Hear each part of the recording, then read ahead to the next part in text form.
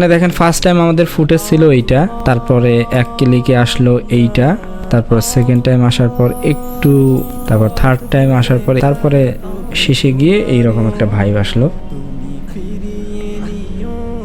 আসসালামু আলাইকুম রহমতুল্লাহ বরকাত। এজ এ টিউটোরিয়াল সকলকে জানাচ্ছি স্বাগতম। দীর্ঘ একটা লম্বা বিরতির পর আবার টিউটোরিয়াল নিয়ে হাজির হলাম আমি জুবাইর। তো আজকে আমরা শিখবো কিভাবে আপনারা প্রিমিয়ার প্রোতে আপনার যে এসলগের ফুটেজ আছে সেগুলোতে কিভাবে কালার করবেন। তো কথা না বাড়ি আমরা সরাসরি ডিসপ্লেতে যাই। তার আগে আমি কিছু কথা বলতে চাই, যেগুলো হচ্ছে এত দীর্ঘ বিরতি হওয়ার কারণ কি। দীর্ঘ বিরতি হওয়ার কারণ, আমার এই ইউটিউব থেকে অনেকে টাকা দিয়ে আমার কোর্সে জয়েন হয়েছিলেন, মোটামুটি ভালো মানুষে জয়েন হয়েছিলেন। তো সেখান থেকে আমি দুই একজনের আউটপুট আলহামদুলিল্লাহ ভালো পাইছি, আমি যেরকম চাইছিলাম ওই রকম পাইছি। তাছাড়া অনেকেই কোর্স মানে জয়েন হয়েছেন একটা অ্যামাউন্ট দিয়ে, অ্যামাউন্টটা আলাপ করে তারপরে বলা হয়েছিল যে এক মাস পরে দিবেন, কিন্তু সে জায়গায় অনেকে এখন পর্যন্ত তার যে কোর্স শেষ হয়ে গেছে কিন্তু টাকাটাই এখন পর্যন্ত পায়নি, বা অনেকে মিডিল পর্যায়ে আসছে কিন্তু ওনাদের সাথেও যোগাযোগ কিছুটা দূরত্ব বেড়ে গেছে। দেখা গেল কোর্স ফি ওই তো বললাম 3500 বা 3000, আমাকে দিয়েছেন সাপোজ 1000 বা 1500। যারা কোর্স নিছেন অবশ্যই ভিডিওটা দেখবেন। যদি মনে হয় যে আমার কাছ থেকে ওই অতটুকু পাননি, আমার সাথে যোগাযোগ করবেন, আমি আপনার যে টাকা যেটা নিয়েছি এটা আমি দিয়ে দেবো ইনশাল্লাহ। তো এটা একটু অতিরিক্ত কথা হয়ে গেল, যেহেতু আমরা টিউটোরিয়াল নিয়ে আলোচনা করব। তো কেন বন্ধ থাকলো এই টিউটোরিয়ালটা সেটাই আর কি, এটা একটু বর্ণনা দিলাম। তো আমরা কথা না বলে আমরা সরাসরি ডিসপ্লেতে যাই, প্রিমিয়ার প্রোতেই কাজটা করব। তো এটা করার জন্য আপনাকে যদি এসলগ ফুটেজ হয় সেগুলোর কালার একটু ভিন্নভাবে করতে হয়। তো এখান থেকে আমি একটা ফুটেজ আছে এইটা নিলাম, অ্যাডজাস্টমেন্ট একটা লেয়ার নেবেন, এর উপরে গুগলে গিয়ে লিখবেন প্রো সনিতে যাবেন, এই যে এখান থেকে ডাউনলোড, এখানে আসার পর এখান থেকে আপনারা চাইতে এইভাবে, যেহেতু আমার এই ফাইলগুলো ডাউনলোড করা আছে, বেসিক কারেকশনে গিয়ে আমি যেগুলো ফাইল আপনাদেরকে দেখালাম ওগুলো এখান থেকে ডাউনলোড করবেন। করার পর আমি এটা ব্যবহার করলাম। আমরা যে কাজটি করব সেটা হচ্ছে আমাদের স্যাচুরেশন যেটা আছে এটা একটু বাড়াই দেব। বাড়াই দেওয়ার সাথে সাথেই দেখেন অনেকটা কালার চেঞ্জ হয়ে আসছে। এখানে কার্ভটা দেখতে হবে, আমাকে হাইলাইটটা একটু কমাতে হবে, শ্যাডোটা একটু কমাতে হবে। কমানোর পর আমরা ব্ল্যাকটা একটু কমাই দিই, দিয়ে হোয়াইটটা একটু বাড়াই দিই। ফুটেজটা মোটামুটি এইরকম পর্যায়ে চলে আসছে। তো আমি আরেকটা অ্যাডজাস্টমেন্ট লেয়ার নিলাম, এখানে লুমিট্রি কালারে যাইতে হবে। কার্ভ যে অপশনটা আছে, কার্ভে গিয়ে আমাকে একটু হোয়াইটনেসটা একটু কমাই দিতে হবে।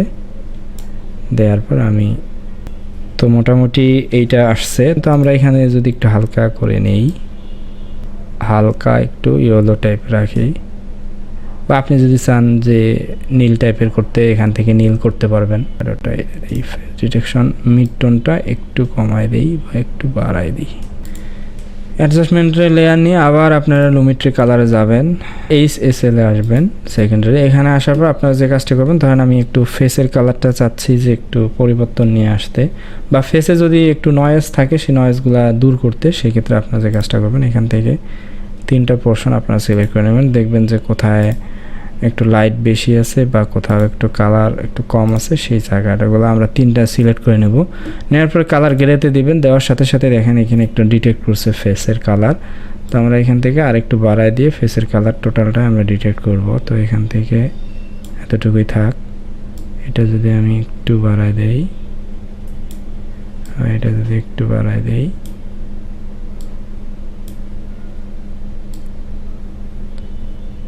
হ্যাঁ মোটামুটি ফেসটা দেখেন ডিটেক্ট হয়েছে। তো ফেসে এখন আমরা এখান থেকে ডিনয়েজ করে, যদি আমরা ডিনয়েজ করে দিই, যদি কোনো নয়েজ থাকে ফেসে সে নয়েজটা কাটছাট হবে। তারপর যে আমরা একটু ব্লার করে দিই, ব্লার করে দিলে একটু ভালো লাগবে। এখান থেকে আমাদের যে অংশটা ফেসের অংশটা আমরা সিলেক্ট করলাম ওইটা কিন্তু আমাদের মার্কস হয়ে গেছে, মানে ওই অংশটাই শুধু কালার পড়বে। তো আমি একটু দেখাই, যদি আমরা যদি এখানে কারেকশনে যাই, কারেকশনে গিয়ে যদি আমি বাড়াই দিই, দেখেন শুধু ফেসের মধ্যেই পড়তেছে। আমি জাস্ট এটা দেখাইতেছি আপনাদেরকে, এই দেখেন।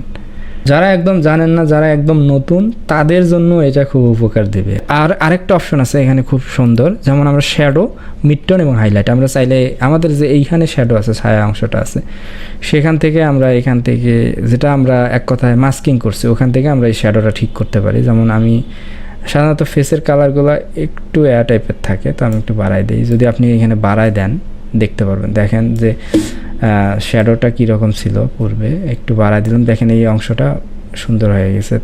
একটু বাড়াই যদি দেই, দেওয়ার পর মোটামুটি এরকম। হাইলাইটটা একটু দেখি কি করা যায়, যদি বাড়াই দেই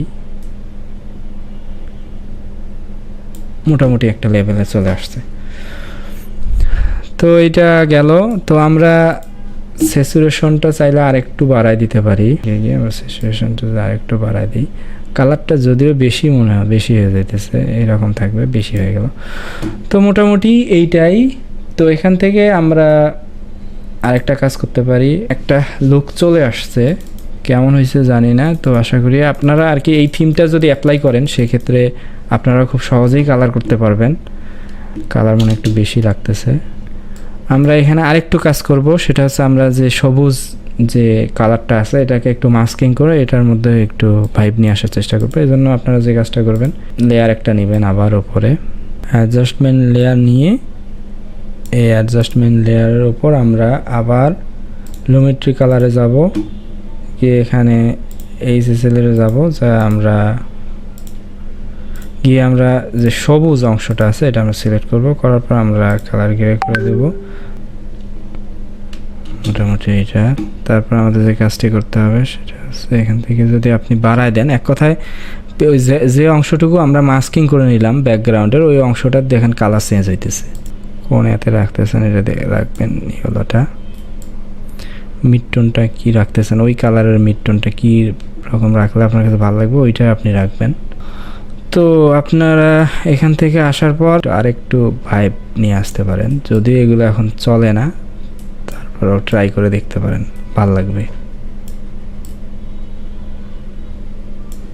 এই হচ্ছে কালার।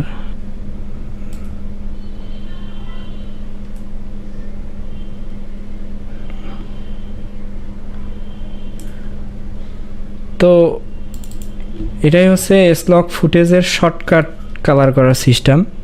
আরও অনেক ডিপলি সিস্টেম আছে, আপনি চাইলে আপনি নিজে কালার ভেঙে ভেঙে কালার করতে পারবেন, আবার নিজের মন মতো আবার যদি চান সেভাবেই আপনি কাজ করতে পারবেন। কিন্তু এটা হচ্ছে শর্টকাট কি এবং খুব দ্রুত কালার করার জন্য খুব ভালো একটা প্রসেস।